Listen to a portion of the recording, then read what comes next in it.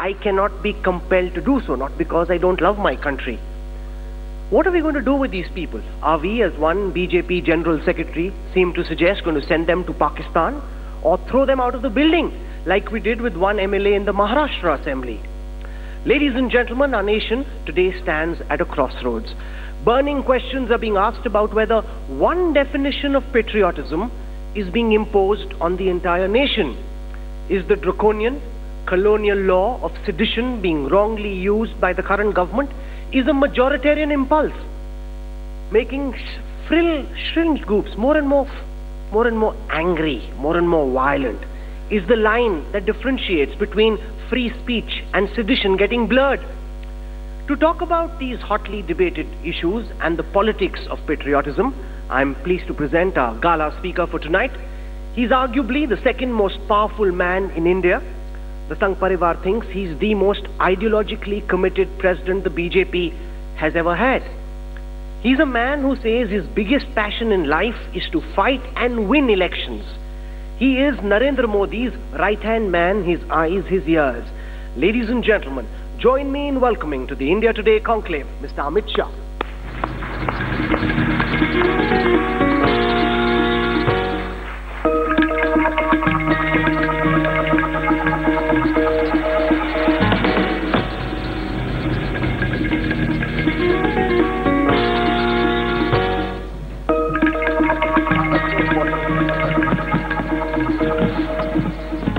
अमित भाई, स्वागत है आपका इंडिया टुडे कॉन्क्लेव में। इस वक्त देश में पेट्रियोटिज्म पे, नेशनलिज्म पर एक बहुत बड़ी बहस छिड़ी हुई है और वही टॉपिक है आज के कॉन्क्लेव का, द पॉलिटिक्स ऑफ पेट्रियोटिज्म। और बड़ा सवाल यह है कि देशभक्त कौन है, देशद्रोही कौन है। कुछ लोग हैं वो कहते हैं कि मैं भारत माता की जय नहीं बोलूंगा, इसलिए नहीं क्योंकि मुझे हिंदुस्तान से प्यार नहीं, इसलिए क्योंकि संघ के दबाव पे, मोहन भागवत के कहने पे, अमित शाह के कहने पे मैं नहीं बोलता भारत माता की जय। क्या आपके हिसाब से अमित शाह ऐसे लोग देशद्रोही हैं? सबसे पहले तो बहुत दुर्भाग्यपूर्ण है कि आजादी के इतने सालों के बाद इस तरह की बहस इस देश में छिड़ी है और मीडिया इस बहस को तुल दे रहा है। और भारत माता की जय न संघ, न भाजपा, न संघ या भाजपा के किसी पदाधिकारी या नेता के दबाव में बोलने की जरूरत है। भारत माता की जय का नारा संघ बना उससे पहले बना है। भारत माता की जय का नारा भाजपा की स्थापना से सालों पहले से बना है। वंदे मातरम भारतीय जनता पार्टी और संघ अस्तित्व में आई उसके सालों पहले बना है। और सवाल राहुल जी आप मुझे पूछ रहे हैं, उसकी जगह उनको पूछना चाहिए कि बोलने में दिक्कत क्या है, तकलीफ क्या है, किस चीज के कारण वो नहीं बोल रहे हैं। मैं मानता हूं कि ये बहस निरर्थक है। देश की जनता को फैसला करने दीजिए और 99% जनता इस बात के साथ सहमत है कि इस देश में रहने वाले हर एक व्यक्ति को भारत माता की जय बोलने में कोई आपत्ति नहीं होनी चाहिए। मेरे आने से पहले अभी बुलाया, आप जरा हाथ खड़ा करिए तो कितने लोग बोले भैया? ऑडियंस देख लीजिए, यहाँ हिसाब किताब। आप जरा हाथ खड़ा कीजिए, कितने लोग नहीं बोलने को तैयार भारत माता की जय? हाथ खड़ा करिए, हाथ खड़ा कीजिए। कितने लोग हैं जो भारत माता की जय नहीं बोलने को तैयार? हेड टेबल से लेके तो मैं 8-10 हाथ है, तो मैं सोच समझ कर ही 99 बोला हूँ। नहीं बेशक, लेकिन ये जो 1% है, बेशक 99% लोग ऐसे हैं जिन्हें बोलने में परहेज नहीं। मैं पूछता हूं कि क्या वो 1% इस देश का हिस्सा है या नहीं? उनको हम समझाएंगे भाई। नहीं समझाएंगे, आप हम पर छोड़ो ना, हम समझाएंगे उनको। नहीं, 3 मार्च को सरसंघ चालक जी मोहन भागवत ने कहा कि स्कूलों में ट्रेनिंग देने की जरूरत है ताकि लोग बोलें भारत माता की जय।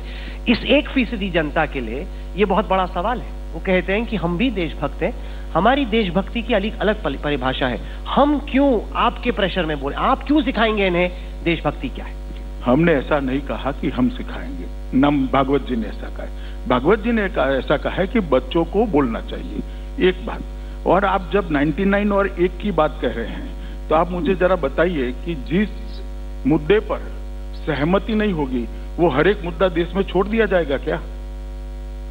1% की डिसेंट को अगर आप कंसीडर करके चलेंगे तो देश कैसे चलेगा? लेकिन क्या वो 1% को आप पाकिस्तान भेजेंगे? आप ही की टीम में काम करते हैं। किसी ने नहीं कहा। कैलाश विजयवर्गीय ने कहा कि देश छोड़ के चले जाए। भैया देखिए, भारतीय जनता पार्टी में नरेंद्र मोदी क्या देखते हैं, राहुल कंवल नहीं सुनते हैं। राजनाथ सिंह क्या बोलेंगे नहीं सुनेंगे, अरुण जेटली क्या सुनेंगे नहीं बोलेंगे, अमित शाह क्या बोलते हैं वो नहीं सुनेंगे, और कैलाश विजयवर्गीय जी को उठाकर यहाँ आप ये चर्चा करना चाहते हैं तो ये ठीक नहीं है।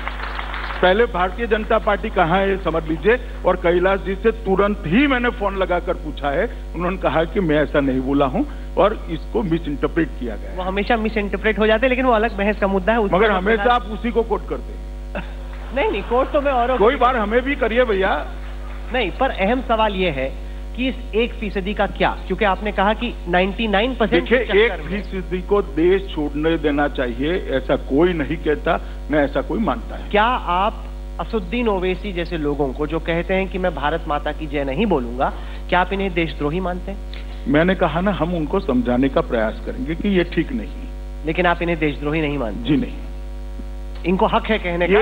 ये एक बात से देशद्रोही नहीं मानते हैं, बाकी सारी बातों को कंसिडर करके फैसला करना पड़ेगा, मगर हम उनको समझाने का धैर्य रखते हैं। लेकिन आप जवाहरलाल नेहरू यूनिवर्सिटी में जो हुआ, छात्रों ने जो नारे लगाए, आप उसे सीधे तौर पे देशद्रोह मानते हैं? जी, क्योंकि सवाल ये खड़ा हुआ कि जिन लोगों ने नारे लगाए, आपने हाल में देखा होगा जेएनयू के इंटरनल पैनल की रिपोर्ट आई, उसमें कहा कि बाहर से छात्र आए थे जिन्होंने नारे लगाए। हम जानना चाहते हैं, आप बीजेपी के चीफ हैं, गवर्नमेंट को रिपोर्ट करती है दिल्ली पुलिस, 1.5 महीने से ज्यादा हो गया, अब तक वो लोग पकड़े नहीं गए जिन्होंने नारे लगाए आके। भैया राहुल, आप इतने बड़े पत्रकार हो, मुझे समझाओ 9 फरवरी को क्या था? देश की आजादी के दिन था, गणतंत्र दिन था, जेएनयू की स्थापना दिन था, क्या था? जरा बताओ तो मुझे, क्या था? नहीं, क्योंकि नहीं 9 फरवरी को क्या था पहले ये बताइए। मैं बताता हूँ, कुछ छात्रों ने आके नारे लगाए। 9 फरवरी को क्या था? की बात की। 9 फरवरी को क्या था? अफजल गुरु की सालगिरह। अफजल गुरु की फांसी के दिन पर इकट्ठा होना इट सेल्फ देशद्रोह है। मैंने इसमें नारे का सवाल ही नहीं, किसने लगाए किसने नहीं लगाए। अफजल गुरु को इस देश की सर्वोच्च अदालत ने फांसी दी और देश की सर्वोच्च पंचायत संसद पर हमला करने के आरोप में फांसी दी है। अगर उसकी बरसी मनाने के लिए कोई इकट्ठा होता है तो वो देशद्रोह है, इसमें कोई कंफ्यूजन हमारे मन में नहीं। बीजेपी के कई लोगों ने कहा कि अमेरिका में भी अगर इस तरह के नारे लगाओ तो आपको जेल हो जाती है।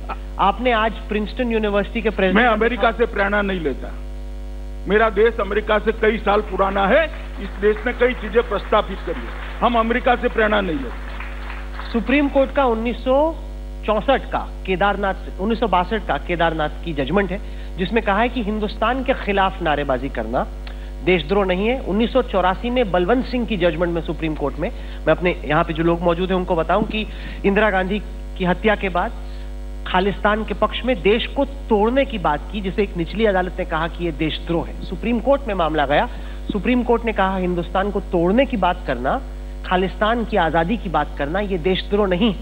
ये सुप्रीम कोर्ट देश का कह चुका है। इसी सुप्रीम कोर्ट ने 1962 में कांग्रेसियों को गुंडा कहने को देशद्रोह कहा है और 6 जजों की खंडपीठ ने कहा है, मगर वो जजमेंट आप नहीं बोलोगे। तो आप सुप्रीम कोर्ट की उस जजमेंट पे सवाल खड़ा कर रहे हैं? नहीं, मैं सवाल खड़ा नहीं कर रहा, तो आप 62 के जजमेंट पर सवाल खड़ा कर रहे हैं जो 6 जजों की खंडपीठ ने दिया है। सवाल आप क्या सिलेक्ट करते हो है, और सवाल ये है कि भाई अफजल गुरु की वर्सी पर इस देश में आप रेफरेंडम कर दीजिए, हर चीज पे आपके नीचे टिक टिक चलता है, यस नो यस नो, इसमें क्यों नहीं चलाया आपने? नहीं, क्योंकि क्यों नहीं चलाया आपने? क्योंकि आपको जवाब मालूम था। सर मैं आपको बताता हूं। और जिन्होंने चलाए उन्होंने 10 मिनट में बंद कर दिया, क्योंकि जवाब आपकी थ्योरी के खिलाफ आता था। सर एक होता है मेजॉरिटेरियन इंपल्स, यानी कि हो सकता है कि बहुमत में लोग आपके साथ में हो, इस वक्त पे हो सकता है कि वो लोग आपका समर्थन करें, लेकिन माइनॉरिटी भी होती है, माइनॉरिटी की भी देश में। हम माइनॉरिटी में भी रहेंगे तो भी ये कहेंगे कि अफजल गुरु की वर्सी पर कार्यक्रम करना ये देशद्रोह है। जिन लोगों ने नारे लगाए उनको हम अब तक नहीं पकड़ पाए, क्यों? पकड़े लेगी पुलिस, मैं थोड़ी ना पुलिस हूँ भाई। नहीं, पुलिस नहीं, क्योंकि आपसे जुड़ा हुआ सवाल खड़ा हो रहा है। मुझसे जुड़ा हुआ कोई सवाल नहीं। मैं बताता हूँ क्यों। मैं बताता हूँ, मेरा सवाल तो सुन लीजिए। पहले आप मेरी बात समझ लीजिए। नारे तो बाद में आते, मैं कहता हूँ इस कार्यक्रम की रचना जिसने की है वो ही देशद्रोह है, इसके लिए कार्यक्रम ही नहीं हो सकता। नारे तो बात की बात है, और नारों में बाकी सब लोग दिखाई पड़ते हैं भैया, नारे किसने लगाए। और आप भी रिपीट कर दो राहुल जी, नारे जरा रिपीट कर दीजिए, आपको याद है तो, वरना मैं रिपीट कर देता हूं कि भारत तेरे टुकड़े होंगे इंशाल्लाह इंशाल्लाह, भारत तेरी बर्बादी तक जंग जारी रहेगी। अफजल हम शर्मिंदा है, तेरे कातिल जिंदा है। कौन है कातिल अफजल का? देश का सुप्रीम कोर्ट। कौन है कातिल अफजल का? देश के राष्ट्रपति ना, जिन्होंने ये नारे लगाए उनको पकड़ेंगे। पकड़ पाए पकड़े भाई, पुलिस पकड़ेगी ना। तुम मुझे क्यों पूछ रहे हो? दिल्ली के पुलिस कमिश्नर को पूछो भाई। इस वक्त कांग्रेस और आम आदमी पार्टी ये आरोप लगा रहे हैं कि क्योंकि अमित शाह चाहते हैं कि जम्मू कश्मीर में पीडीपी के साथ बीजेपी की सरकार बनी रहे, इस वजह से वो छात्र जो कि जम्मू कश्मीर के रहने वाले हैं, जो कि जेएनयू के बाहर से आए, उन्हें अब तक नहीं पकड़ा गया क्योंकि आपकी सरकार टूट जाएगी। यार कोई आर्गुमेंट तो ढंग का करो। अगर हम ऐसा चाहते हो केसी क्यों रजिस्टर करते हैं? अगर हम ऐसा चाहते हैं तो केसी क्यों रजिस्टर करते? और मैं अभी भी बोल रहा हूं कि अफजल गुरु की बरसी पर कार्यक्रम मनाना ये देशद्रोह है। मैं मानता हूं कि सुन रहे होंगे पीडीपी वाले, मुझे कोई कंफ्यूजन नहीं। हम भैया सत्ता के लिए राजनीति के अंदर नहीं आए हैं। जब हमने हमारी पार्टी हमारे पुरखों ने बनाई तब सत्ता तो दूर दूर तक आने का सवाल नहीं था। ये भारत माता की जय का नारा लेकर हम निकले थे और आज देश में पूर्ण बहुमत के साथ शासन कर रहे हैं। बेशक, लेकिन ये जो बहुमत है यही सवाल खड़ा करता है कि अगर पीडीपी, क्योंकि पीडीपी आपने उनके नारे सुने, उनकी बातें सुनी है, वो तो अफजल गुरु को आतंकवादी नहीं मानते। उनका तो कहना है कि इसको फांसी दी गई है, गलत दी गई, तो इनसे आप क्यों डील कर रहे थे? देखिए, पीडीपी के साथ हमारी सरकार बनी नहीं है, एक कॉमन मिनिमम प्रोग्राम के साथ बनी है। उसका पहला लाइन मैंने खुद ड्राफ्ट किया है कि दो विचार धाराओं के दो ध्रुव के बीच में कश्मीर के मैंडेट और कश्मीर, जम्मू और कश्मीर के विकास के लिए हम ये समाधान कर रहे हैं, वो इतने मुद्दों पर सीमित है। और ये जनता का मैंडेट था, हमारा नहीं था। हम तो गए थे बहुमत लेने के लिए, मगर हमें नहीं मिला। और राहुल जी, आप कभी भी कांग्रेस के नेता को क्वेश्चन करिए तो इतना क्वेश्चन करेगा कि देश को तोड़ने वाली मुस्लिम लीग के साथ आप क्यों केरल के अंदर समाधान करे हुए। मगर मैंने नहीं सुना आपके मुंह से प्रश्न कभी, और आपकी जहन में भी नहीं आएगा, मुझे मालूम है नहीं आएगा ये सवाल आपके मुंह। नहीं, हमारे साथ यहाँ शशि थरूर हैं, केरल से ही आते हैं। अभी तो शशि जी बेचारे प्रेक्षक है, जब आए यहाँ बैठे तब पूछना। नहीं, अभी नहीं, बाद में हम इनसे पूछेंगे। लेकिन चूंकि शशि है ही, एक एकदम लाइव कार्यक्रम है, तो मैं चाहूंगा कि माइक आए शशि के पास। शशि, आप हिंदी इतनी तो समझते ही हैं। अमित शाह आपसे पूछ रहे हैं कि मुस्लिम लीग के साथ आपका अलायंस क्यों है? जी बताइए शशि। मैं अंग्रेजी में जवाब दूंगा, सुन लिया। बात यह है कि ये उस मुस्लिम लीग नहीं है जो देश को टूटा। ये नया इंडियन यूनियन मुस्लिम लीग है, फाउंडेड इन 1948 आफ्टर पार्टीशन। दूसरी बात यह है, there is still a distinction between a communal party and a community party. This is the party of the Muslim community in Malabar and particularly and in Kerala. But in policies they're not communal and they've cooperated with successive secular governments in Kerala. So we don't see them as a party of Deshdrohis. So there's no problem being alleged. Sir, आपको जवाब मिला? मैं इनसे बहस नहीं करना चाहता।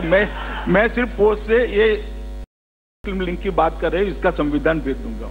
ये बताएं, वारिस पठान असुद्दीन ओवैसी के पार्टी के विधायक हैं, उन्हें महाराष्ट्र असेंबली से देवेंद्र फडणवीस की अगुवाई में सस्पेंड कर दिया गया क्योंकि उन्होंने भारत माता की नहीं गाथा। आपके हिसाब से ठीक हुआ ये?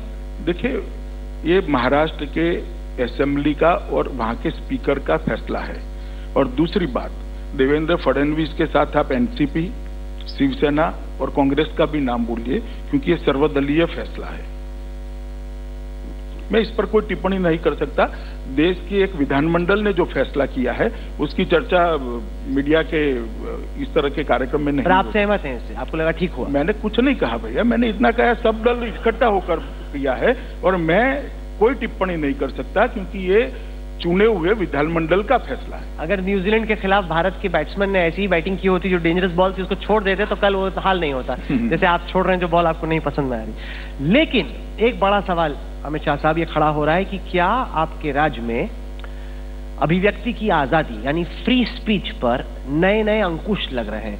क्या अमित शाह के खिलाफ बोलना, मोदी सरकार के खिलाफ बोलना, सामंतवाद के खिलाफ बोलना, ब्राह्मणवाद के खिलाफ बोलना? आप एक एग्जांपल जरा दे दीजिए, बाद में इतना लंबा भाषण करिए। नहीं, पर बताइए, क्योंकि बार बार मैं बताता हूँ। मैं नाम देना नहीं चाहता, बड़े प्रबुद्ध राइटर हैं, इन्होंने लिखा है सारी सार्वजनिक जीवन और पत्रकारिता की मर्यादाएं और सूचिकाता को तोड़कर कि अगर नरेंद्र मोदी मर जाते हैं तो इस देश का प्रधानमंत्री मेरी पार्टी का फला फला कार्यकर्ता बनेगा। आप इसको नरेंद्र मोदी पर हमला मानते हैं या नहीं मानते? बेशक हमने कुछ नहीं किया भैया, कुछ नहीं किया। नरेंद्र मोदी को विशेषकर आपकी चैनल ने हिटलर, रावण, अरे सुनिए तो, आप मुझे सुनिए भैया। हिटलर, रावण, मास किलर, मास मर्डरर, दुनिया भर की कह सके ऐसी कोई चीज छोड़ी नहीं थी, जबकि कोर्ट का कोई भी आदेश नरेंद्र मोदी के खिलाफ नहीं था, ना इसके खिलाफ कोई इन्वेस्टिगेशन हो रहा था। मगर हमने आपके खिलाफ कुछ किया भाई? कुछ नहीं किया। हमारी सरकार के खिलाफ बहुत सारे लोग बोलते हैं, हम कुछ नहीं करते। व्यक्ति और सरकार के खिलाफ बोलने की सहनशीलता, सुनने की सहनशीलता हम में है, कोई बोलता है तो, मगर देश के खिलाफ अगर कोई बोलता है तो इसको ना सहन करना चाहिए, ना हम सहन करेंगे। ये हमारा कमिटमेंट है। क्योंकि इसी पर एक सवाल खड़ा होता है कि क्या एक जो विचारधारा है, क्या उसको बाकियों पे थोपा जा रहा है? मेरा कहने का मतलब ये कि हो सकता है कि लोग आपकी विचारधारा से इत्तेफाक रखते हो, और कई लोग हैं लाजमी तौर पे इसलिए आपकी बहुमत से सरकार बनी है, लेकिन ऐसे लोग भी हैं जो आपकी विचारधारा से सहमत नहीं है। क्या जो अब तक संघ का एजेंडा रहा था उसको बीजेपी अब कार्यान्वित करने की कोशिश कर रही है? क्या एक मेजॉरिटेरियन वर्ल्ड व्यू को पूरे देश पर थोपने की कोशिश की जा रही, बजाय इसके कि एक ऐसा वर्ल्ड व्यू हो जो कि भारत की विविधताओं को, डाइवर्सिटी को साथ में लेके चले? देखिए, जहां तक कोई एजेंडा थोपने की बात है तो वो एजेंडा थोपा नहीं कहा जा सकता, क्योंकि हम संवैधानिक रूप से चुनी हुई सरकार है और फैसले आपके स्टूडियो में नहीं होंगे, इस देश के संविधान के हिसाब से देश की पार्लियामेंट में होंगे, और आज तक ऐसे ही हुए। जहां तक सहन न करने का सवाल है, राहुल जी, आप तो पूछ रहे हो वो ठीक है भाई, आप जर्नलिस्ट हो, मगर हमें कांग्रेस पार्टी भी पूछ रही है कि हम में टॉलरेंस नहीं है, असहिष्णुता है, फ्रीडम ऑफ एक्सप्रेशन नहीं है। गूगल पर एक सोनिया जी का कार्टून आ गया था, गूगल को बैंड कर दिया था, नोटिस भेज दी थी, कोई नहीं बोला था। आप लोग, एक व्यक्ति नहीं बोला था, क्योंकि आप उस वक्त बैन किया था कि गूगल के खिलाफ शिकायत की थी। वही तो मैं कह रहा हूं भैया, तो आपने तो कुछ नहीं कहा था। वो भी गलत था, हमने तो बड़ा उस वक्त पे भी हो उस वक्त कोई नहीं बोला था। आपकी लाइब्रेरी से फुटेज निकाले, मैं बहुत धैर्यपूर्वक समाज जीवन में काम करने वाला व्यक्ति हूँ भाई, हमने उस वक्त भी, और मेरी स्मृति बहुत तेज है, कुछ नहीं किया था। सेक्शन 66A के बेजा इस्तेमाल पर इतनी बड़ी बहस खड़ी हुई, ना इतना बवंडर हुआ था, ना कुछ हुआ था। हमारे खिलाफ हर रोज कार्टून छपते हैं, मैं मेरी वेबसाइट पे रखता हूं, जाकर देखो कार्टून, सारे मेरे खिलाफ के कार्टून मैंने मेरी वेबसाइट पे रखे। हम नहीं डरते, टिप्पणियों से भी नहीं डरते, टीका से भी नहीं डरते, उसका स्वागत करते हैं जब तक वो व्यक्ति या सरकार के खिलाफ हो। मगर देश के खिलाफ अगर कोई बोलता है तो हमारा कमिटमेंट है। राहुल गांधी जेएनयू गए, आपने कहा कि बहुत गलत किया, आपके जी मैं मानता हूं, लोगों ने कहा कि वो तो देशद्रोही है। राहुल गांधी जेएनयू गए, उसको मैं गलत नहीं मानता हूं। राहुल गांधी जी ने वहां जाकर भाषण किया कि कुछ लोग नारों के रेफरेंस में, कि कुछ लोग आपकी आवाज को दबाना चाहते हैं, कुछ लोग फ्रीडम ऑफ एक्सप्रेशन को सप्रेस करना चाहते हैं। मैं इसके खिलाफ बोला हूं, और मैं मानता हूं कि अगर आवाज ये है कि भारत तेरे टुकड़े हो गए इंशाल्लाह इंशाल्लाह, तो उसको दबा देनी चाहिए, इसमें कोई कंफ्यूजन नहीं है मेरे मन। नहीं, क्योंकि राहुल गांधी ने कहा कि वो जो नारेबाजी हुई उससे वो सहमत नहीं है। उनका कहना है कि आपने सुना है राहुल गांधी का वो? मैंने उनकी स्पीच सुनी। नहीं, उस वक्त आज दोपहर में आए हुए थे, बैठे हुए थे बहुत। नहीं, वो तो बैठेंगे, मगर आपने उनकी स्पीच सुनी है? हाँ, मैंने सुनी। उसमें कहा बोले मैं सहमत नहीं हूँ? नहीं, जब उस मंच पे थे तब उन्होंने नहीं बोला। तो मैंने मंच ऊपर जाने के बाद उनकी टीका करी थी, पीछे क्या बोले उसकी टीका नहीं करी थी। वहां वो नहीं बोले, उन्होंने कहा आपकी आवाज को दबाने की कोशिश हो रही है, मैं आपके साथ हूं, आप लगाइए नारे, भारत तेरे टुकड़े होंगे। ये भी नहीं बोला कि नारे लगाइए। इसका अर्थ क्या होता है, मैं आपके साथ हूँ? उन्होंने कहा कि जो यहाँ पे छात्रों को परेशान करने की कोशिश, परेशान शब्द नहीं था, आपको दबाने की, आपकी आवाज को बंद करने की कोशिश हो रही है। तो ये अलग अलग यूनिवर्सिटी कैंपसेस से ये सेम स्वर क्यों उठ रहा है? हैदराबाद यूनिवर्सिटी से लेके FTII से लेके अलीगढ़ मुस्लिम यूनिवर्सिटी से लेके जवाहरलाल नेहरू यूनिवर्सिटी में सब जगह ये कह रहे हैं कि छात्र लगातार परेशान होते जा रहे हैं। छात्रों को लग रहा है कि कहीं ना कहीं उनकी आवाज को दबाने की, कुचलने की कोशिश हो रही है। देखिए, स्वर कितना है और उसके आगे लाउड स्पीकर कौन लगाता है उसको देखना पड़ेगा। लाउड स्पीकर कौन लगाता है? मैं आपको बताता हूँ कैसे आप लोग काम करते हैं। अच्छा है, लाइव कार्यक्रम है। अभी आगरा में एक दलित युवा की हत्या हो गई, किसी ने नहीं दिखाया दलित युवा की हत्या को, किसी ने नहीं दिखाया। रोड पर दौड़ा दौड़ा कर दलित युवा को मार दिया, मगर किसी ने नहीं दिखाया। अब उसकी श्रद्धांजलि के कार्यक्रम में कोई कुछ भूल गया, पूरे देश भर में मीडिया काऊ काऊ काऊ काऊ कर लग पड़े। अरे भाई, वो दलित युवा मर गया, वो ज्यादा दुखजनक या महत्वपूर्ण घटना है, या किसी एक व्यक्ति ने, वैसे हमारे मंत्री नहीं बोले थे, मैं स्पष्ट कर देता हूं, मगर किसी व्यक्ति ने कुछ बोल दिया वहां जाकर, वो महत्वपूर्ण है। क्या महत्वपूर्ण है? उन्होंने बदला लेने की बात की। वो तो मारने ऑब्जेक्शनल नहीं है मीडिया की, मारना तो बहुत ऑब्जेक्शन। तो वो कहां दिखाया जी? बदला लेना ठीक है सर। नहीं, मैं नहीं कहता, मैं नहीं उसको जस्टिफाई नहीं करता, मगर बदला लिए बगैर किसी को मार देना, वो इसकी निंदा नहीं करेंगे आप? नहीं, मेरे ख्याल तो परसों हमारे कार्यकर्ता को आज इस तरह से मार दिया कि पूरा जीवन उसका पैरालिसिस में जाने वाला है, केरल के अंदर। दिखाई हम लोगों ने खबर, दिखाई, मगर मारने वालों की उल्लेख भी नहीं किया। आज सीताराम येचुरी अगर यहां आ जाते, आप नहीं पूछोगे कि आपने क्यों मारा? मुझे सीधा पूछ रहे हो। नहीं, मैंने तो क्यों भैया ड्यूअल स्टैंडर्ड है आपके? आपके ड्यूअल स्टैंडर्ड क्यों है? आप भी तो बताओ, आपने भी तो जवाब देना चाहिए। अरे सर, हम तो मालदा भी गए, वहां की ओपियम फील्ड नहीं, बहुत अच्छा दिखा है मालदा। मैं मालदा की ना नहीं बोलता, यहां पर ये किसने किया आज तक कोई चैनल नहीं बोली। हम गला फाड़ फाड़ कर बोल रहे हैं कि कम्युनिस्ट पार्टी वालों ने अटैक किया है, आप तो बोल ही नहीं रहे हो भाई। ये मैं कह रहा हूं, ये लाउड स्पीकर है राहुल, पर सबूत, आवाज जो है उसको बड़ा कर दिखाना लाउड स्पीकर है। और वो ही हैदराबाद में रोहित की आत्महत्या को बहुत दुर्भाग्यपूर्ण मानता हूं। पहले मैं ये बात को स्पष्ट कर दूं, वरना यहां ट्विस्ट होने की संभावना है। ये बहुत दुर्भाग्यपूर्ण बात है, मगर रोहित के पहले और 9 लोगों ने जो आत्महत्या करी है, देश में चर्चा दिखाओ भैया, क्योंकि इस वक्त यूपीए का शासन था। क्यों नहीं हुई चर्चा राहुल जी? यूपीए के शासन में अरे राहुल जी, यूपीए की आलोचना की, आप भूल रहे हो उसको। नहीं, 9 दलित बच्चों ने, दलित थे या अन्य जाति के बच्चे थे, उन्होंने जो आत्महत्या कर दी हैदराबाद में, उसी यूनिवर्सिटी में, उसकी चर्चा कहीं पर भी हो तो प्लीज राहुल, मुझे आपके रिकॉर्ड रूम से निकाल कर मुझे भेज दीजिएगा, मैं एक सॉरी का बाइट दे दूंगा। नहीं है, ये आवाज बड़ी नहीं है, ये आवाज यूनिवर्सिटी को आप क्या मानते हो? ये कोई डिसिप्लिन लोगों का वो होना चाहिए? युवा बच्चे हैं भाई, झगड़ा होता है, संघर्ष होता है, हर बार होता है। हम थे तब हमारा भी हुआ है, आप पढ़े होंगे तो आपका भी हुआ होगा। और विरोध करने मतलब फैशन में होता है वहां पे, तो करना ही चाहिए। तो करना ही चाहिए, हम कहाँ ना बोलते हैं उसको, मगर इसको इतना बड़ा विचारधारा के साथ जोड़कर देखने की जरूरत नहीं, इतना ही मेरा कहना है। इस देश में भारतीय जनता पार्टी का शासन आने के बाद किसी भी यूनिवर्सिटी के अंदर किसी को अपने तरीके से सोचने की या बोलने की पाबंदी नहीं लगी है, ये मैं रिकॉर्ड पर कहना चाहता हूं। कोई एक इंसिडेंट नहीं है, एक इंसिडेंट नहीं है। रोहित भी इस बात का इंसिडेंट नहीं है। चलिए, हमने टॉलरेंस, इंटॉलरेंस, इन सब चीजों की बातें खूब की।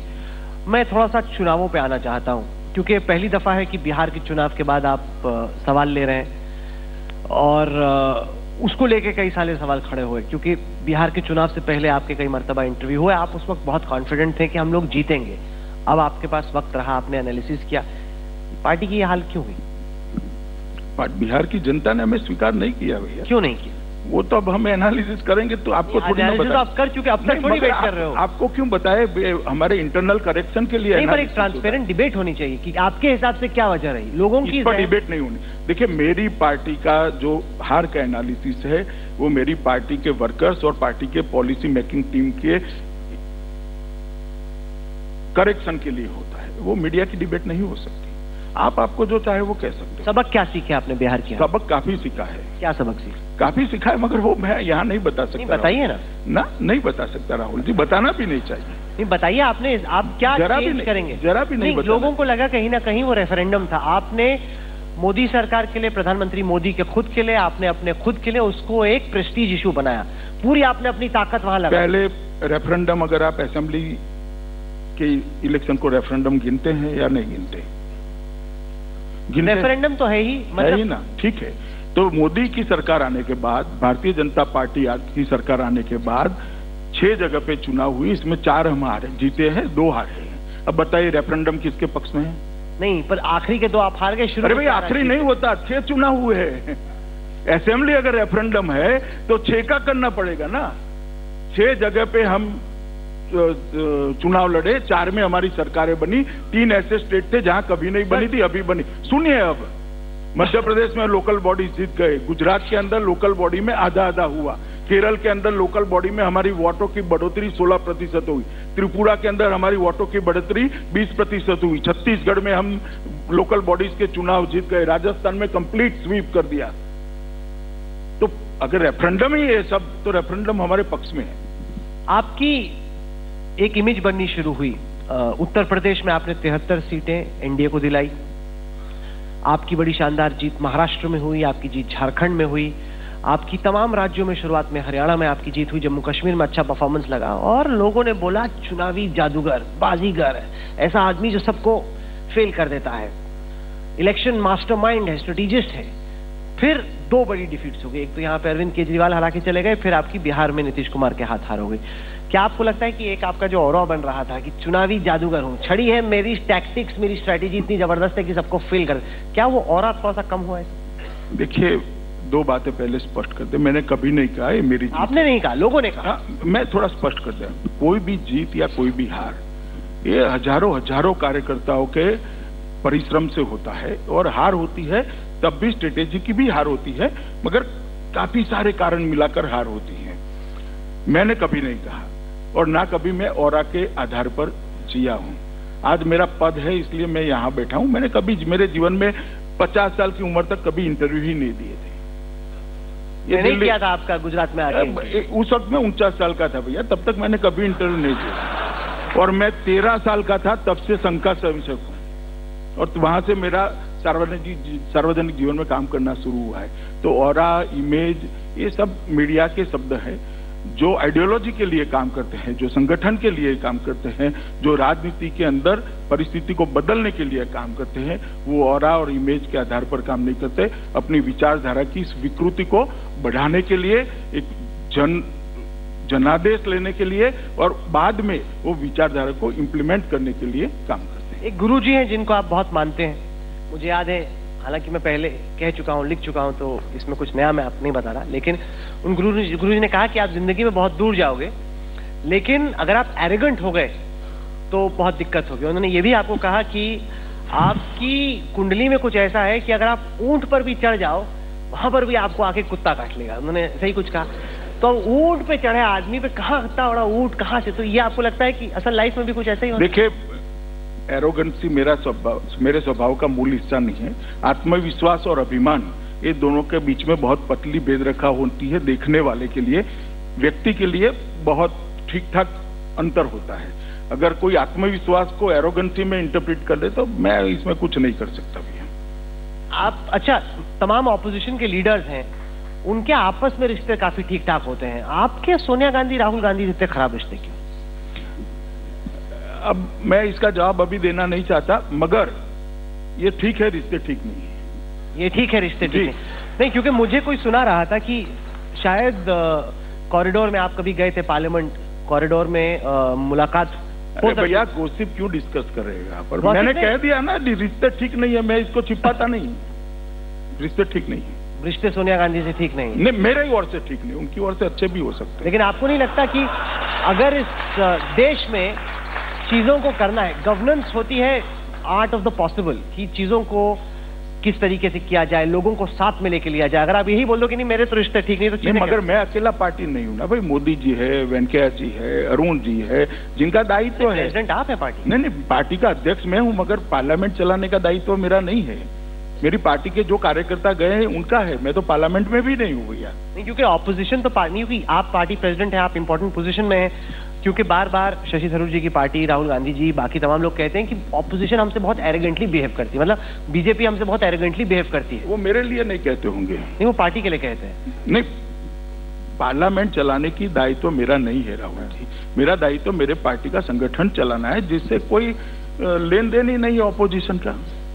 क्या लेन देन है मेरी पार्टी किस तरह से चलानी, उसमें ऑपोजिशन का उनकी पार्टी किस तरह से चलाना उन पर निर्भर करता है, मेरी पार्टी किस तरह से चलाना वो मेरी और मेरी टीम पर निर्भर करता है। 2014 के चुनाव में जीत के बाद आपने कहा कांग्रेस मुक्त भारत होगा, आज भी कहता हूँ। आपको लग रहा है उस दिशा में बढ़ रही हैं चीजें? हाँ बिल्कुल बढ़ रही है। कांग्रेस को लग रहा है कि रिवाइव पहले आप समझ लीजिए 2014 के चुनाव के बाद महाराष्ट्र में कांग्रेस का शासन था, चुनाव समाप्त हो गए, हम 1 नंबर पर आए, वो तीसरे नंबर पर पहुंच गए। झारखंड वहां सरकार थी, चुनाव हुआ, वो चौथे नंबर पर पहुंच गए, हम 1 नंबर पर पहुंच गए। कश्मीर वो चौथे नंबर पर पहुंच गए, हम दूसरे नंबर पर पहुंच गए। हरियाणा वहां तीसरे नंबर पर पहुंच गए, हम पहले नंबर पर पहुंच गए। बिहार आज भी वो हमसे पीछे हैं। दिल्ली एक भी सीट नहीं आई, कांग्रेस मुक्त तो हो ही रहा है। आप समझ रहे हो ना चीज को, कांग्रेस मुक्त ठीक से हो रहा है, उसकी गति भी बरकरार है।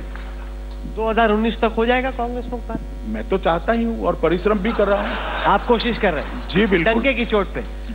अच्छा, आपको नहीं लगता कि आप... मेरा दायित्व है, मेरा दायित्व है। आपने नहीं कहा कि इतना ज्यादा आत्मविश्वास है, आपने कहा कि एरोगेंस और आत्मविश्वास में बहुत एक कम लाइन होती है। आप इतना मतलब अपनी दाव को साक पे लगा देते हैं, बिहार के चुनाव में भी, दिल्ली के चुनाव में भी, जब हार हो जाती है उसके बाद। मेरी कोई साख ही नहीं है। नहीं, साख तो है ना आपके लिए, मेरे लिए कोई साख नहीं।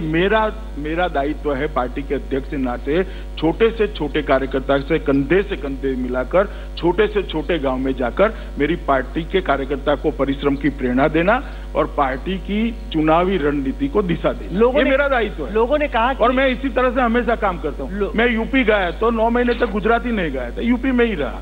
तो ये मेरा एक स्वभाव है भैया। नहीं, अच्छा बुरा हो सकता है मगर ये वर्किंग स्टाइल है। बिहार के कैंपेन में एक बड़ा मुद्दा बना बाहरी वर्सेस बिहारी। लोगों ने कहा ये गुजराती हैं, बाहर से आ गए, बिहार में बैठे। हमारे लिए नहीं था भैया, राहुल जी के लिए था। नहीं, आपके लिए था। राहुल जी के लिए था। राहुल जी के लिए नहीं कहा। आप समझे ही नहीं, हम कहाँ से बाहरी है? आप ही के लिए कह रहे थे कि गुजरात से हम बाहरी नहीं है यार। अभी आप समझने में क्या कह रहा हूँ, मेरे लिए नहीं था। मैं तो इसी देश का हूँ। ये आप मानते हैं कि ये आप मानते? मैं कहाँ बाहर से आया हूँ भैया, मैं तो इसी देश का हूँ। ये आपकी पार्टी के नेता है सुब्रमण्यम स्वामी, उन्होंने मुद्दा बनाया कि राहुल गांधी ने एक एफिडेविट में अपने आप को ब्रिटिश नागरिक क्यों कहा। आप मानते हैं कि बीजेपी के लिए मुद्दा है राहुल गांधी? देखिए, सुब्रमण्यम स्वामी एक स्वतंत्र प्रकार के थिंकर। नहीं सर, आपकी पार्टी के हैं। हाँ, मेरी पार्टी में सोचने की कोई पाबंदी नहीं है भैया। मेरी पार्टी में हर आदमी सोच सकता है। एक स्वतंत्र प्रकार के थिंकर है और काफी चीजें करते रहते हैं, उसको पार्टी के साथ मत जोड़िए। नहीं, लेकिन क्या आप मानते हैं कि राहुल गांधी को ब्रिटिश सिटीजनशिप का जो सवाल खड़ा हुआ जॉब एप्लीकेशन में, वो एक मुद्दा है? देखिए, मैंने कहा ना, सुब्रमण्यम स्वामी अनेक प्रकार की चीजों को लेकर वो अपने तरीके से लड़ाई लड़ते हैं। आप तय करके आए कि हर गुगली को आप छोड़ देंगे एकदम? ना, गुगली नहीं है। मैं ये कह रहा हूं कि पार्टी जब कोई चीज करेगी तो एक निश्चित रूप में इसके कोई साक्ष्य आ जाएंगे, प्रमाण आ जाएंगे, तो पार्टी रिएक्शन देगी। अच्छा, आपने कहा कि 6 चुनाव हुए, 4 में आप जीते, 2 में आपकी हार हुई, तो 4-2 अभी आपका स्कोर आपके पक्ष में है। 5 चुनाव अब और होने वाले हैं कुछ महीनों में, कुछ हफ्तों में। आपके हिसाब से इन 5 चुनावों में बीजेपी कहां खड़ी होगी? अच्छा किया आपने ये पूछ लिया। देखिए, जब मैं पार्टी का अध्यक्ष बना तब मेरे पहले अध्यक्ष से भाषण में कहा था कि 7 राज्यों के अंदर हम पार्टी के विस्तार का प्रयास करेंगे और इसके पहले जितने भी चुनाव हुए इसमें हमारी पार्टी का जनाधार बढ़ा है और इस राज्यों में भी हमारी पार्टी का जनाधार निश्चित। जनाधार बढ़ाने की नजर से लड़ रहे हैं कि जीतने की नजर से लड़ रहे हैं? देखो राहुल, ऐसा है, आपको भी मालूम है, जहां हमारी एक भी सीट नहीं है वहां हमारा काम है हमारा जनाधार बनाना, हमारी अच्छी एंट्री करना और सरकार बनने में हमारा प्रभाव हो, ऐसी स्थिति लाकर रखना। सर, हम बिहार में भी आप कहाँ जीते थे? आप अकेले अपने आप तो नहीं जीते थे, आपकी भी तो वहां पे ना, मगर बिहार और केरल का आप सुनिए, बिहार और असम में हम अच्छी स्थिति में निश्चित हम गवर्नमेंट फॉर्म करेंगे और बाकी सभी जगह पे भी लड़ेंगे इसी के लिए।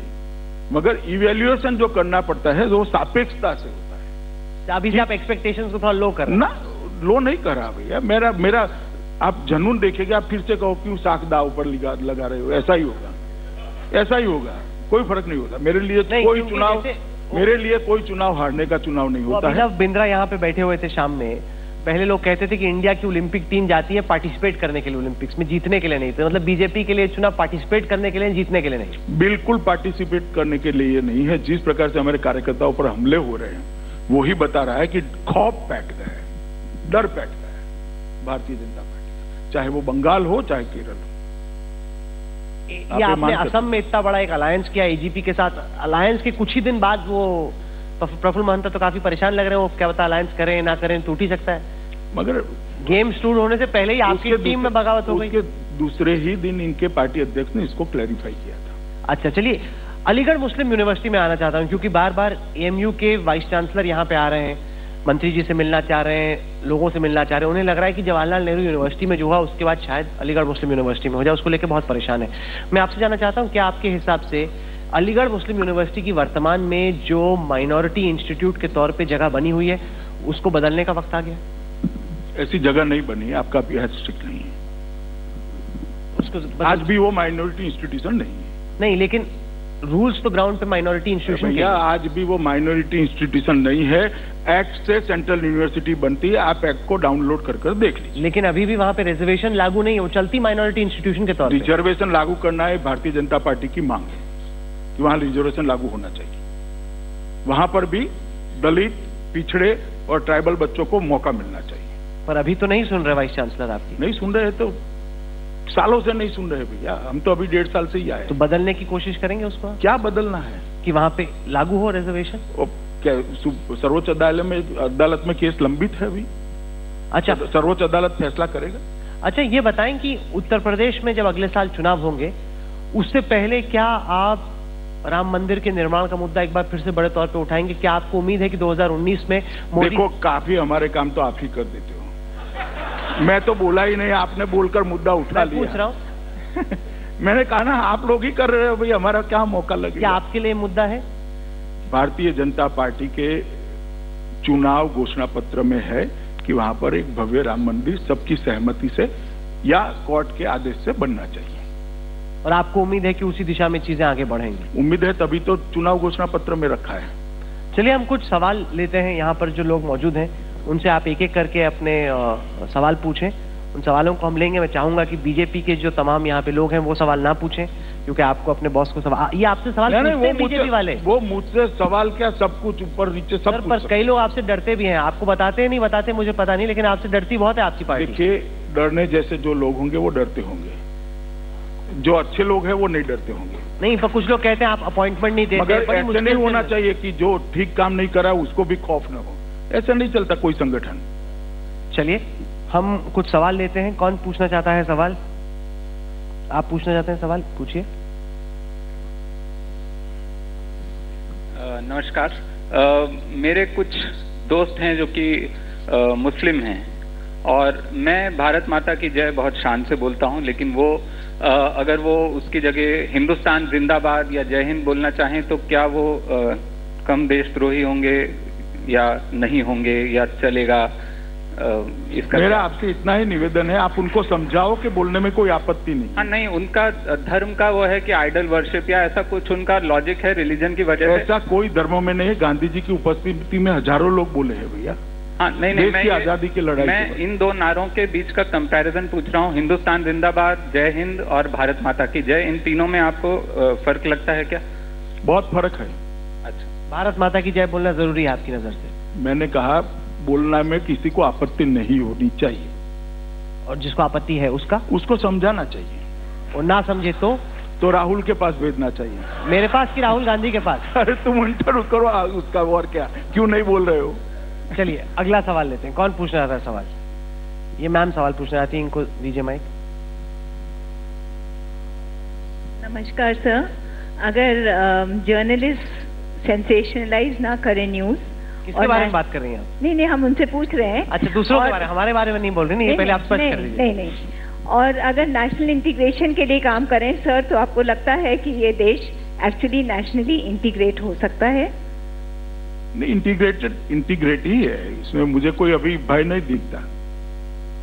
सुप्रिया प्रसाद सवाल पूछना है। अध्यक्ष जी, बार बार ये कहा जा रहा है कि जो मूल मुद्दे हैं, जो रोजगार का वादा था या जो कालाधन का वादा था, जो मूल मुद्दे से ध्यान भटकाने के लिए आप इस तरह के ये सब नारे और ये स्लोगन्स, भारत माता की जय या इस तरह के मुद्दों को ज्यादा उछाला जा रहा है। क्या आपको लगता है? एक मिनट सुप्रियो जी, जेएनयू में नारे हमने लगाए हैं? नहीं, उस मामले को एक Delhi police university administration deal कर सकता था। उसके लिए जरूरी नहीं है कि बीजेपी अध्यक्ष तक को सामने आना पड़े, नहीं लगता है। नहीं, मेरा बहुत जरूरी है बीजेपी अध्यक्ष ने सामने आकर बात करने का। अगर आप लोगों ने करा होता कि देशद्रोही नारे तो हम सामने न आते। मेरा बहुत जरूरी था एक, लेकिन ये जो मूल मुद्दे के समर्थन में खड़ा होना, जो काला धन है या जो नहीं रोजगार का मामला है, जो सारे मूल एक सेकंड, ये दोनों में कोई अंतर विरोध नहीं है। मैं 2500 ऐसी चीजें गिना सकता हूं जो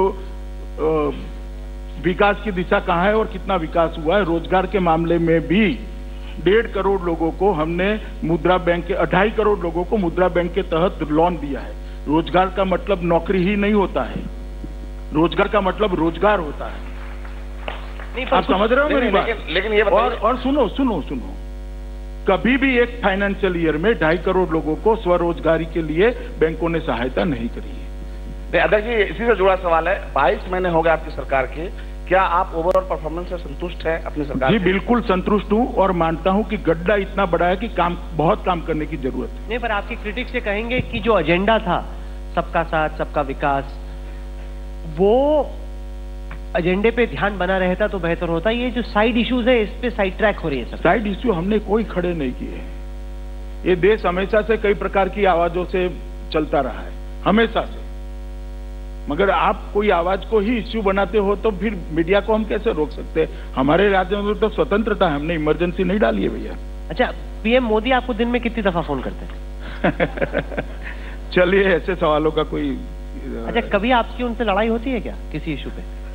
अरे राहुल, क्यों भाई ऐसे सवाल पूछते हो? नहीं, इम्पोर्टेंट जनता को कोई लेन देन। देश के 2 सबसे शक्तिशाली लोगों की क्या इक्वेशन है, जनता के बारे में जानना है। मोदी जी देश के शक्तिशाली व्यक्ति है, मैं नहीं हूँ भैया। मैं सीधा साधा संगठन का काम करता हूँ।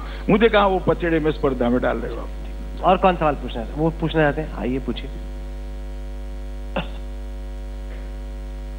मेरा आपसे ये सवाल है कि यहाँ पे चर्चा चल रही है जेएनयू के बारे में, चर्चा चल रही है भारत माता की जय के बारे में, ये सब अच्छे मुद्दे हैं। पर करीब 1 महीना पहले इस शहर के आसपास एक आर्सन, राइटिंग, इनोसेंट लोगों की जान गई एक रिजर्वेशन के मुद्दे पे। जो भी उसके बीच में फंस गया ट्रैफिक में, उसकी जान गई। क्या कह रहे हैं? जो जाट आंदोलन, जाट आरक्षण की बात करें, हरियाणा में जो हुआ ना, मीडिया इस बारे में कुछ बोल रहा है, वो 2 दिन चला, उसके बाद बंद हो गया। ना पॉलिटिशियंस कुछ इस बारे में बोल रहे हैं। अब फिर से ये बात आ रही है, एक दिल्ली जैसे शहर में अगर आदमी अनसिक्योर फील करता है और ये सब ऑलमोस्ट इररिलेवेंट मुद्दों पे बातें होती रहती है, इस पे आपके क्या विचार है? नहीं, हमने तो भाई उसी वक्त कहा कि इसको चर्चा से रास्ता निकलना चाहिए, असेंबली में चर्चा होनी चाहिए और अब हो भी रही है। मगर कई बार इस तरह की परिस्थिति खड़ी हो जाती है तो उसके वक्त उसको समझाने के अलावे और कोई रास्ते नहीं होते। ये परिस्थिति कोई जनरेट नहीं करता। समाज जीवन में हमेशा जैसे घर होता है तो 2 लोगों का झगड़ा हो जाता है, इससे सोसाइटी में भी 2 समाजों का झगड़ा हो जाता है। इसको हम टाल नहीं सकते। It is part of social life. चलिए, आप सवाल पूछना चाहते हैं?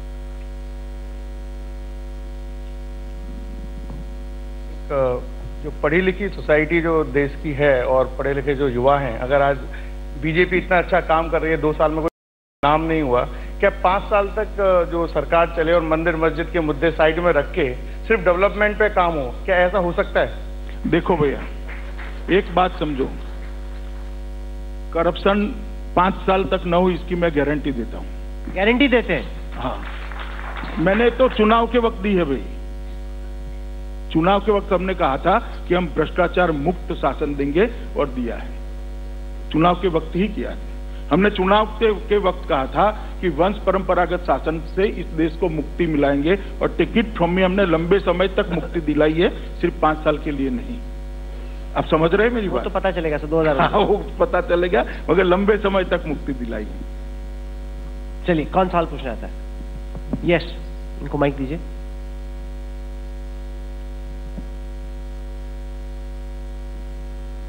सर नमस्कार। जो सर इलेक्शन होता है जिसमें आप मेजोरिटी में आए तो करीब 35 से 40% वोट मिले, जिसका अर्थ ये भी होता है कि 65% लोग या 60-65% लोग आपकी जो भी सोच थी उससे इत्तेफाक नहीं रखते और ये सारे डिस्टर्बेंस उसी वजह से हो रहे हैं। अभी जैसे आपने कहा कि 99% लोग एक जैसा सोचते हैं तो 1% को मना लेंगे, तो क्या बीजेपी का क्या रोड मैप है कि इन 65% लोग या 60-65% लोग को किस तरह से हम लोग मना पाएंगे जिससे डिस्टर्बेंसेस ना हो? देखिए, ये हमारे देश का संविधान का एक हिस्सा है। अगर देश का संविधान 2 ही पार्टियों को इजाजत देता तो ये 35-40% से ज्यादा होता। और देश आज से ऐसा नहीं चल रहा है भैया, आजाद होने के बाद, गणतंत्र आने के बाद ऐसे ही चल रहा है। हर बार 30-35-40% जिसके पास होता है उसी को शासन मिलता है। पहले तो उसको अगर करेक्ट करना है तो करेक्ट करना पड़ेगा। जो सिस्टम बनी है उसी सिस्टम के हिसाब से आज तक भी शासन चल रहा है, ये भी शासन चल रहा है। इसमें हम कैसे बदल सकते हैं उसको? हमने पार्लियामेंट्री सिस्टम को एक्सेप्ट किया है। अगर प्रेसिडेंशियल रूल हम एक्सेप्ट करते तो सीधा मुकाबला होता है। जगदीश खट्टर साहब सवाल पूछना है, उनको माइक दीजिए प्लीज।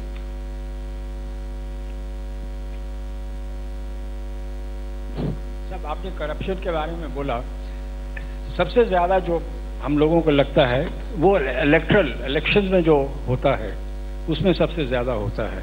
उसमें आपकी पार्टी का कोई प्लान है जिससे कि इसमें कुछ नहीं? इसमें मेरी पार्टी प्लान नहीं कर सकती।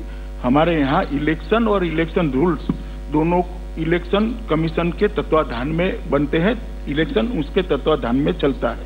कोई पॉलिटिकल पार्टी ना इलेक्शन रूल्स बना सकती है, ना कोई पॉलिटिकल पार्टी इलेक्शन चला सकती है। पर आप एक स्टैंड ले सकते हैं ना कि मैं आरटीआई के तहत आना चाहता हूं। सुनिए ना, एक मिनट मुझे सुन लीजिए।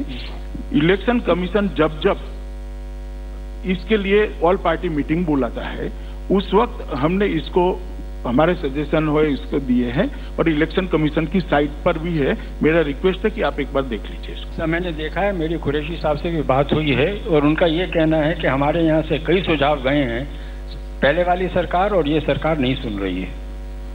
देखिए, मैंने क्या कहा आप पहले समझिए कि इलेक्शन कमीशन ने जो सुझाव दिए हैं वो शायद न हो, मगर इलेक्शन को शुद्ध करने के लिए हमारे जो सुझाव गए हैं वो आप एक बार साइट पर देख लीजिए। अजी सवाल पूछना है, इनको माइक दीजिए प्लीज। सर, आरक्षण के सवाल पे एक क्वेश्चन पूछना चाहता हूं। अभी नागौर में जो प्रतिनिधि सभा का मीटिंग हुआ उस पे आरएसएस पहली बार आरक्षण पे एक ऑफिशियली जो स्टैंड लिया कि हम आरक्षण के एक तरह से खिलाफ है। कॉन्स्टिट्यूशनली दलित के लिए नहीं, बट सो कॉल्ड जो डिमांड्स आ रहा है हरियाणा में, गुजरात में, राजस्थान में पटेल्स या बाकी लोगों से, तो उस पे जो है पार्लियामेंट में जेटली साहब ने कहा कि ना इस पर तो हम ऑलरेडी स्टैंड ले चुके हैं। ये लग रहा है जैसे कि आरएसएस और बीजेपी एक तरह से डिवाइडेड है। आरएसएस ने भी आरक्षण के खिलाफ कुछ नहीं कहा। नहीं, शायद वो जो कहना चाह रहे हैं वो ये कि आरएसएस ने कहा कि ये जो मतलब किसी चीज का जिक्र नहीं किया, लेकिन जो संकेत दिए कि ऊंची जातियों को आरक्षण की जो बात हो रही है, जैसे आप जाटों के लिए आरक्षण के लिए राजी हो गए हैं हरियाणा में, कहीं ना कहीं ये मैसेज आया कि वो गलत। ऊंची जाति नहीं कहा, संपन्न लोगों के लिए कहा। संपन्न लोगों को तो दे ही रहे हैं आप, जाटों को दे रहे हैं। नहीं, बहुत फर्क है ऊंची जाति और संपन्न। नहीं सर, जाति का नाम ही संघ के जो स्टेटमेंट हुआ उसमें नहीं है, संपन्न लोगों के लिए कहा है। और जेटली जी ने इसको स्पष्ट कर दिया है कि जिस आरक्षण को लेकर सवाल पूछा गया SC ST OBC के लिए, इसमें कोई कॉम्प्रोमाइज नहीं करेगी। भारतीय जनता पार्टी की सरकार मानती है कि ये चालू रहे। पर कहीं ना कहीं ये मैसेज गया ना कि जो पटेलों का आंदोलन है गुजरात में, जो आंदोलन चल रहा है हरियाणा में, वहां पर आरक्षण देना शायद कहीं ना कहीं वो लोग खुश नहीं है इस बात से। अरे भाई, हमने बहुत सोच समझकर अरुण जेटली जी ने स्टेटमेंट दिया है और उसको आप पार्टी का स्टेटमेंट मानिए कि ST SC और OBC के आरक्षण के पक्ष में भारतीय जनता पार्टी है। आपने भागवत जी को नहीं बोला जो उन्होंने बिहार में चुनाव में भाषण दिया? माइक में बोलूंगा क्या? हाँ बोला आपने, अलग से बोला। माइक में आपको बोलूंगा मैं। आपने उनको बोला? भागवत जी ने ऐसा नहीं कहा था। बिहार से नुकसान तो हुआ, आप मानेंगे। लालू जी ने एकदम एक के बाद एक हर रैली में, मैं तो वहाँ पे था, 50 सुबह से लेकर शाम तक वही बोलते थे। 50 मुद्दे होते हैं चुनाव में। ये बड़ा एक फैक्टर था। आप मानते होंगे? नहीं, आप मानते होंगे, मगर भागवत जी ने उस स्टेटमेंट में भी कहीं पर आरक्षण का विरोध नहीं किया है। एक सवाल और करूं। एक सवाल सर ये था कि संघ आज तक कल्चरल ऑर्गेनाइजेशन था, आपने उसे था नहीं है, पर आपने उसे एक तरह से इलेक्शन मशीन बना दिया है। नागौर में जो आपने भाषण दिया उसमें कहा कि भाई यूपी के चुनाव में हमारे साथ काम कीजिए। तो मैं एक तरह से अप्रिशिएट कर रहा हूँ कि आप कहाँ भाषण दिया ऐसा? इन्होंने भाषण नहीं दिया। उन्होंने भाषण नहीं, मैंने नागौर में जो आपने कहा कि भाई मैं अखबारों को इतना सच मत मान लीजिए, फंस जाएंगे कभी।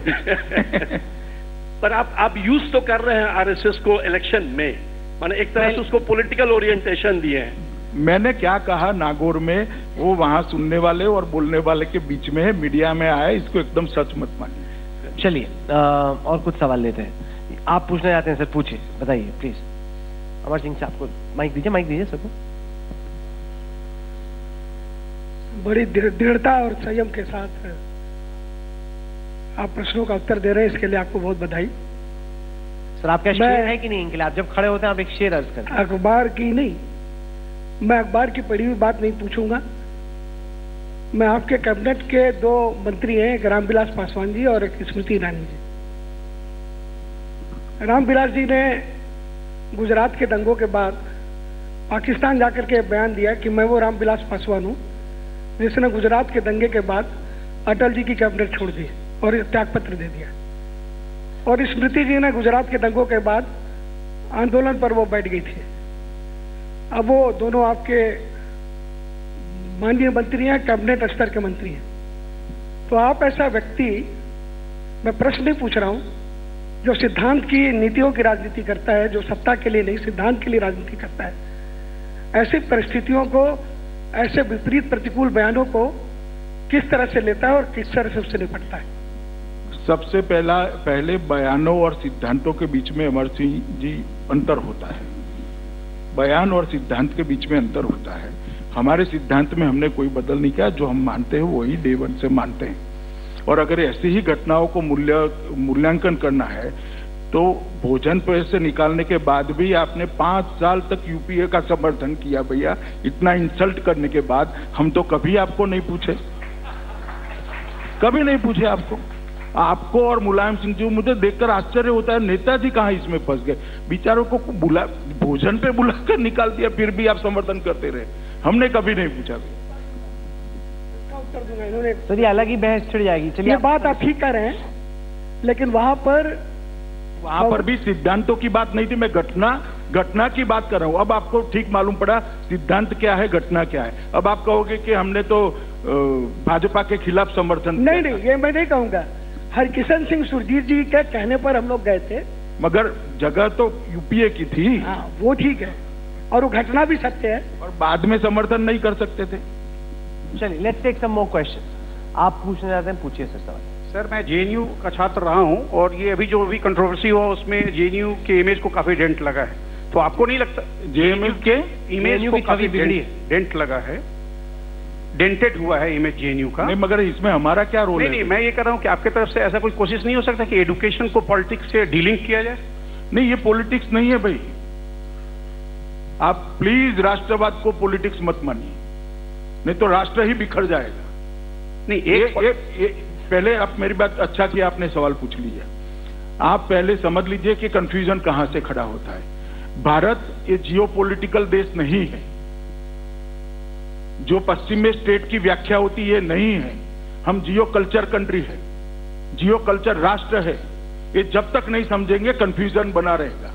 ये पॉलिटिक्स नहीं है। भारत के टुकड़े के नारों को बर्दाश्त नहीं किया जा सकता।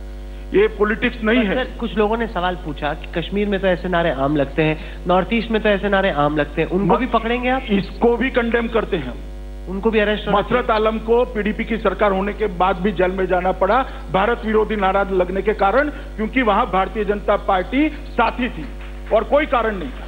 वो कभी न जाते अगर भारतीय जनता पार्टी न हो। नॉर्थ ईस्ट में भी नारे आम लगते हैं। नॉर्थ ईस्ट में नारे लगते हैं, वहां कांग्रेस की सरकार है। आप फिर से उनको पूछिए। एक और चीज सर कि एक पॉलिटिकल एफिलिएशन को दूसरे पॉलिटिकल एफिलिएशन से भैया इसको आप पॉलिटिक्स के साथ मत जोड़िए। ये पॉलिटिक्स का मसला ही नहीं है। कोई अगर जेएनयू की प्रोफेसर खड़ी कहकर करती है कि भारत ने गैर कानूनी कब्जा कर रख दिया है कश्मीर को, इसको कोई देश में स्वीकार नहीं करेगा। और डेंट लग रही है तो जेएनयू ने आत्मचिंतन करने की जरूरत है। भारतीय जनता पार्टी या भारत के समाज को नहीं करने की जरूरत है। इनको दीजिए। मैं अमित जी, ना मैं हिंदू हूँ ना मैं मुस्लिम हूँ, मैं हिंदुस्तानी हूँ और भारत माता की जय हर एक को बोलना चाहिए। बट ये बताइए कि आप दाऊद इब्राहिम को कब ला रहे हैं और काला पैसा कब ला रहे हैं?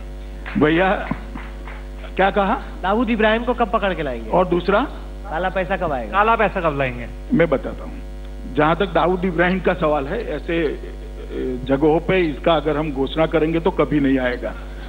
पर कुछ कीजिए तो सही, घोषणा ना कीजिए, कुछ तो कीजिए। जो कर रहे हैं वो बता देंगे तो कभी नहीं आएगा। कब करेंगे? इसका टाइम भी नहीं बता सकते, पर करेंगे। और ना मुझे करना है। मेरी सरकार ठीक से इस पर चिंता करेगी। और जहां तक काला धन का सवाल है, बार बार ये सवाल भारतीय जनता पार्टी को पूछा जाता है। मैं एक बात आपको स्पष्टता से बताना चाहता हूं कि भारतीय जनता पार्टी की सरकार बनने के बाद पहली कैबिनेट में पहला प्रस्ताव हमने किया कि काला धन पर एसआईटी, जो सुप्रीम कोर्ट का ऑर्डर हुआ था, 1.5 साल से कांग्रेस की सरकार नहीं बना रही थी, 1.5 साल से, इसको हमने पहली कैबिनेट के पहले प्रस्ताव में बना दिया। दूसरी बात, उसके बाद विश्व भर के बैंकों से जो इंफॉर्मेशन आकर पड़ी थी 795 से ज्यादा अकाउंट्स की, उसको एसआईटी को दे दिया, जो सुप्रीम कोर्ट रिटायर्ड जज की तत्वाधान में उसकी जांच हो रही है। 2, 3, उसके बाद में पहली बार वित्तीय अनियमितता के लिए दंडनीय प्रावधान भारतीय जनता पार्टी ने किया, जेल में भेजने का प्रावधान भारतीय जनता पार्टी ने किया और भारतीय जनता पार्टी की सरकार ने किया। 4, विश्व भर में जहां जहां मोदी जी गए, जहां जहां हमारे वित्त मंत्री गए, पूरे विश्व के अंदर काले धन के लिए एक अलग जगाने का काम, एक मत बनाने का काम भारतीय जनता पार्टी की सरकार ने किया है। ये 4।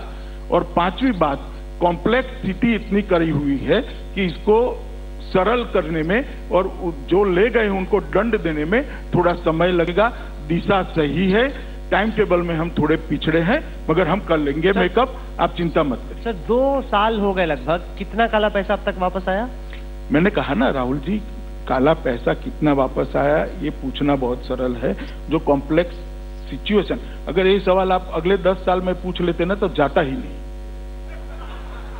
आप उनको पूछिए कि क्यों गया और मुझे पूछे अब जा रहा है या नहीं जा रहा है। आप ही के राज्य में विजय माल्या भाग गया। विजय माल्या भाग गए, वो बात सही है, गलत हुआ, उसको नहीं भागने देना चाहिए। नहीं, मेरी बात सुनिए ना, भागने दिया गया शब्द प्रयोग ठीक नहीं, वो भाग गए। एक दूसरी बात, क्या उनको पहले सुनिए ना, पहले बोलिए। पहले मेरी बात सुनिए कि आपका शब्द प्रयोग, सब वाक्य की रचना ठीक नहीं है कि उसको भागने दिया गया है। इसको भागने दिया नहीं गया, वो भाग गए हैं, ये चूक हुई है।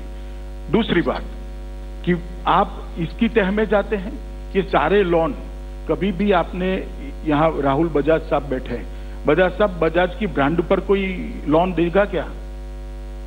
सरकार ब्रांड पर लोन दे सकती है क्या? बैंक ब्रांड पर लोन दे सकती है क्या? एक माइक लेके आइए। एक मिनट, बजाज साहब, ब्रांड पे कोई लोन देता है तो ब्रांड तो बिकने को तब आएगी जब कंपनी खत्म हो जाएगी, तो ब्रांड की वैल्यू क्या रह जाएगी? मेरी तो समझ में नहीं आया किसके फोन से लोन दिया गया, किस तरह से दिया गया और उस वक्त लोन देते वक्त क्यों नहीं रोका गया? हमने तो बैंकों में स्पष्ट इंस्ट्रक्शन मोदी सरकार ने दिया है, no political interference, bank professionally अपना काम कर रहे हैं। हमने हमारे राजनीतिक कार्यकर्ताओं को भी बैंक में नहीं रखा, इंटरव्यू कर प्रोफेशनल्स को रखने का काम भारतीय जनता पार्टी की सरकार ने किया, मगर आज तक एक भी मीडिया से एप्रिसिएशन का कोई वर्ड सुना ही नहीं दिया। आपकी बात ठीक है, मैं खाली क्लैरिफाई कर दूं कि ये बड़ी एक तरह से महत्व की बात है और ये पिछले 10 दिन से बहुत उठ रही है। एक कंपनी है, सक्सेसफुल कंपनी है, कोई भी ले लीजिए, कोका कोला ले लीजिए, पेप्सी कोला ले लीजिए, जब तक जिसको अंग्रेजी में बोलते हैं गोइंग कंसर्न है, उसके पास लैंड है, बिल्डिंग है, कोका कोला का एक फॉर्मूला है, साथ में उसकी ब्रांड की वैल्यू है, उसको टॉप लोग दुनिया में वैल्यू देते हैं। और कोका कोला या कोई भी ऐसी कंपनी बिकेगी तो ब्रांड वैल्यू की वैल्यू देनी पड़ेगी। पर जो कंपनी डूब रही है, वही आपका इंप्लीकेशन था, उसकी आज किंगफिशर ब्रांड कौन खरीदेगा? पागल है क्या कोई? उसकी कोई वैल्यू नहीं है। जो आज ही मैं बात कर रहा था प्लेन में किसी से कि ये जो बैंकर्स ने दिया है, कुछ लोगों को शायद मैं जानता हूं, सबको तो नहीं जानता, या तो आई एम सॉरी टू से आइदर दे वर करप्ट और हाईली इनएफिशिएंट। पर बजाज साहब, एक ये दूसरी बात भी उठती है, वो ये कि अगर सरकार वाकई में भारत के बड़े औद्योगिक घरानों के खिलाफ कार्रवाई करने लगे, जिन्हें बहुत ऋण मिला हुआ है, हजारों करोड़ों का लोन मिला हुआ है, तो इंडिया के बिगेस्ट कॉर्पोरेट हाउसेस कोलैप्स कर जाएंगे। क्या आपको लगता है ये बात सही है? देखिए, जरा कॉम्प्लिकेटेड बात है, पर मेरा व्यू तो यह है, पर वो बोलना ठीक नहीं है शायद, कि ईमानदार आदमी, जैसा अरुण जेटली एक बोले थे जब अभी रिसेंट जो एमनेस्टी स्कीम नहीं थी, जो किया, जो 97 में किया था, तो बोले वो, मैंने उस वक्त कहा था, अरुण जेटली ने अभी कहा वो इमोरल था।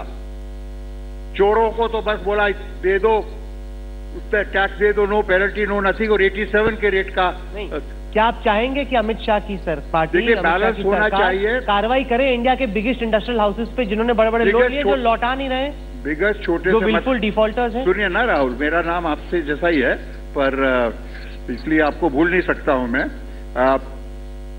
आपने भी सुना होगा अखबारों में, रघुराम राजन ने भी कहा है, अरुण जेटली ने साफ कहा है कि विच हंट नहीं होना चाहिए, फिशिंग इंक्वायरी नहीं होनी चाहिए। Without going to details, I don't want to speak much, मैंने तो क्वेश्चन भी नहीं पूछा था, अमित भाई ने हमारा नाम ले दिया। जहां पर जस्टिफाइड कारण है, जिसके कारण से वो पैसे नहीं दे रहा है, उसको हेल्प करना चाहिए, उसको कुछ नहीं करना चाहिए। जहां पर वो as per definition wilful defaulter है, उसके पास पैसे दूसरे होते हुए भी वापस नहीं कर रहा है, उसने पैसे डाइवर्ट किए हैं वगैरह वगैरह वगैरह, उसको जेल में जाना चाहिए। मैं 4 साल से पूछ रहा था, नाम नहीं लेना चाहता, ये 4 लोग जेल क्यों नहीं गए?